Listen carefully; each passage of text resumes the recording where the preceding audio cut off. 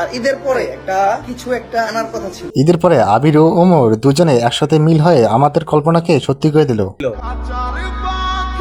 এত বছর পর দুজনকে আবার একসাথে দেখে আমার হাসিতে তো কান্না চলে আসতেছে। ওমর ভাইয়ের সাথে ভিডিও করার সম্ভাবনা আছে। আজকে এই বিষয়টার সাথে কথা বলবো, সাথে আবিরও কেন ওমরের ব্র্যাড ব্রাদার চ্যানেল থেকে চলে এসেছিল সেই বিষয়ে কিছু ক্লিয়ার করব।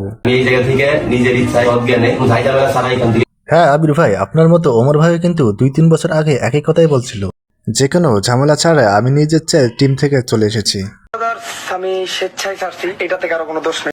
রিকোয়েস্ট থাকবে সম্পূর্ণ ভিডিও দেখার পর আপনার মন্তব্য কমেন্ট বক্সে জানিয়ে দিবেন। বলো বাবা। আজ থেকে প্রায় 2-3 বছর আগে ওমর ব্যাড ব্রাদার টিম থেকে চলে এসেছিল। এই বিষয়েও ব্যাড ব্রাদার টিমের কিছু চেলাফেলা লাইফে যেয়ে ওমরের বিষয়ে কিছু মন্তব্য বলে আসেন। তারা বলেন ওমর নাকি আর তাদের সাথে কাজ করবে না।